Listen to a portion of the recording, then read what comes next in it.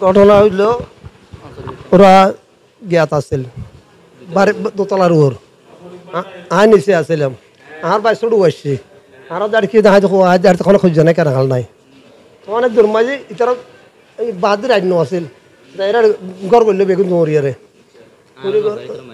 মানে দুর্মাজি আর যাতে মারে মারার দুর্মাজি আর বাই ছোট আসলে আর দুজন গাই তাহলে দুজন বাড়ি আর মোবাইল নষ্ট হয়ে মোবাইল ফরে গিয়ে হাতে তো তারা মারলো এর আইজের গিয়ে ও মারা আর মারলে গাড়ি লে রে আর কত তুই তারা দাঁড়ালো যারা দৌড়ালো গিয়ে কিন্তু এই তারা হচ্ছে 7 জন উগল দে রোল কাদের উগল দে আব্দুল করিম 1 নম্বর 2 নম্বর চলে আব্দুল কাদের আলতাস যারা সম্পত্তির লুটপাট করতে আর কিছু নয় আর পরিবার উনি আরো 7 ভাই তারা 7 ভাই মানে আগর ওয়াইফের বোন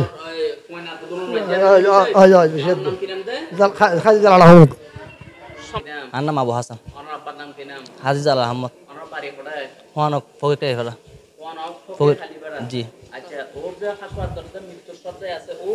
ওনা আরাম্মু খুরশিদা বেগম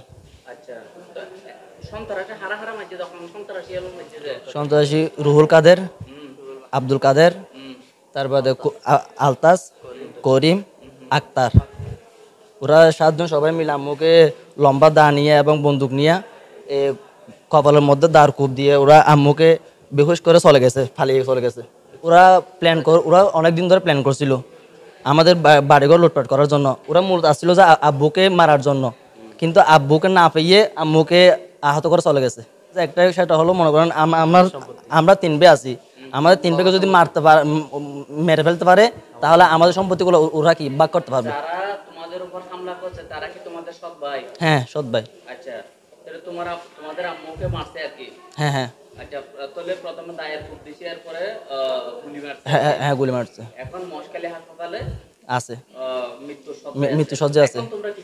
এখন আমরা মনে করেন নৌবাহিনীর কমান্ডার এবং পুলিশের এসআই এবং ওসি তাদের একটু সাহায্য চাই, একটু আইনের ব্যবস্থা করতেছি আমরা। এই হাসপাতালে যে নিশুয়ে আছেন মৃত্যুর অবস্থায়, মৃত্যুর মুহূর্তে এখনো মানে কি হয়তো মরেও গেছে মনে হয়, আমি এখনো জানি না। আমি এখন আসতেছি আমার মায়ের খবর শুনে, কিন্তু আমি এখনো জানি কিন্তু কি এখনো মৃত নাকি জীবিত আমি হয়তো এখনো বুঝতে পারতেছি না। ঠিক এই মুহূর্তে এই রুবেল বাহিনী, কাদের বাহিনী, আলতাস বাহিনী, করিম বাহিনী, আক্তার বাহিনী, এরা মূল উদ্দেশ্য হচ্ছে আমাদের সম্পদ লুটপাট করা। আমাদের বাবা কিছু টাকা পাইছিল মানে কয়লা বিদ্যুতের, এই টাকাগুলো ওরা কি আত্মসাৎ করতে, কিন্তু আমার বাবা সবাইকে ভাগ বন্টন করে দিয়েছে। কিন্তু তারপরেও কিন্তু কি ওদের কিন্তু কি স্বার্থটা থেকে গেছে আমাদের উপর। কারণ আমার বাবা আমাদের কাছে আছে বলতে আমাদের বাবা আমাদের যে টাকাগুলো দিছে এগুলো নিয়ে আমার কি একটু করে কি চলতে পারি। তাই কি ওরা কি বুঝতে পারতে কেমনে বলবে আমাদেরকে, বলতে ওরা চলতে পারবে না ভালো করে কেমনে, কারণ ওরা চাক আমরা ভালো কিছু করি না।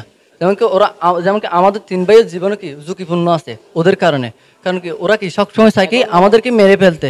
এখন মনে করেন আজকে যদি রাতে বাসা যাই, আমরা 3 ভাই নিরাপদ না, সেটা আমি 100% গ্যারান্টি দিব। আর তাছাড়া যখন আমার মাকে ওরা হত্যা করতে চাইছিল, তখন আমার মাকে যখন নিয়ে আসতেছি তখন ওরা আবার তাড়িয়ে কি পিছনে নিয়ে গেছে, কি নিতে পারবে না। বিশেষ করে সন্ত্রাস রুহুল কাদের নেতৃত্বে, আক্তার, আলতাস, আব্দুল কাদের, করিম, এদের নেতৃত্বে ওরা অতর্কিত অবস্থায় মানে অন্ধকারের মধ্যে আমাদের বাড়িতে এসে দা, চুরি, বন্দুক যা নিয়ে আছে। আমার মায়ের নাম খুরশিদা বেগম। ওরা সব কিছু নিয়ে এসে অন্ধকারের মধ্যে আমাদের উপর এমনি অতর্কিত অবস্থায় হামলা করছে। কারণ আমি হসপিটাল থেকে ডিউটি করে গেছি, বিকালে ডিউটি করে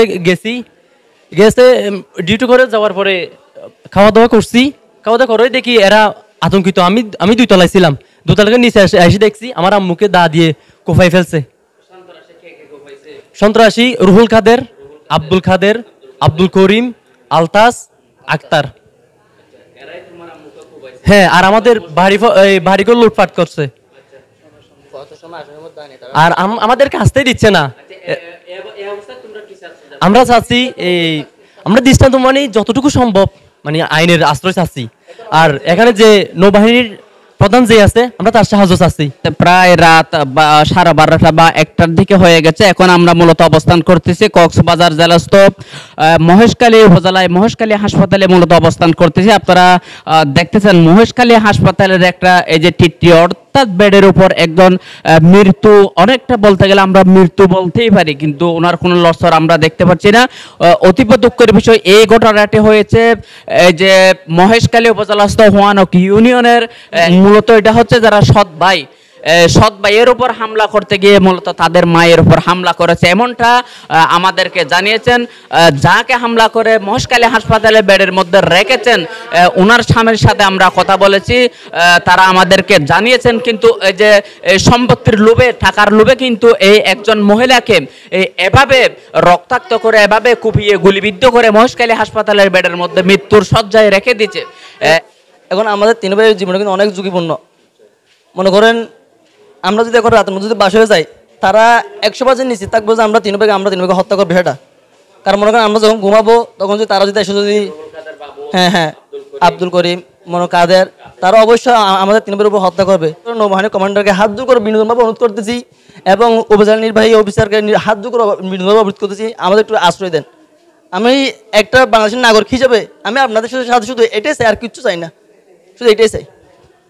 যারা যে ছেলেরা কথা বলেছে কিন্তু তাদের মাকে কিন্তু কুপিয়ে গুলিবিদ্ধ করে মহেশখালী হাসপাতালে বেডের মধ্যে আছে, এরপরও এই রোগীটা নিয়ে অন্তত তারা বাড়িতে থাকতে পারবে না, বাড়িতে যাইতে পারবে না, এমনটা আশঙ্কা বোধ করতেছে। তারা বলতেছে যে কোনো মুহূর্তে এই যে বলতে গেলে একজন নিহতর মতো, অনেকটা নিহতর মতো বলা যায়, এই সন্ত্রাসীরা কিন্তু তাদের উপর হামলা করবে এমনটা আশঙ্কা বোধ করতেছে। এরা নিরাপত্তা চাচ্ছে যে কোনো মুহূর্তে তাদের উপর প্রাণহানি করতে পারে, তাদেরকে গুলিবিদ্ধ করতে পারে, হত্যা করতে পারে, গুম করতে পারে, মিথ্যা মামলা দিয়ে হয়রানি করতে পারে, এইরকম আশঙ্কা বোধ করতেছে। এমত অবস্থায় নৌবাহিনীর কন্টিনজেন্ট কমান্ডার, মহেশখালী থানার ওসি, মহেশখালী উপজেলার নির্বাহী অফিসার সহ সকলের সহযোগিতা কামনা করেছেন।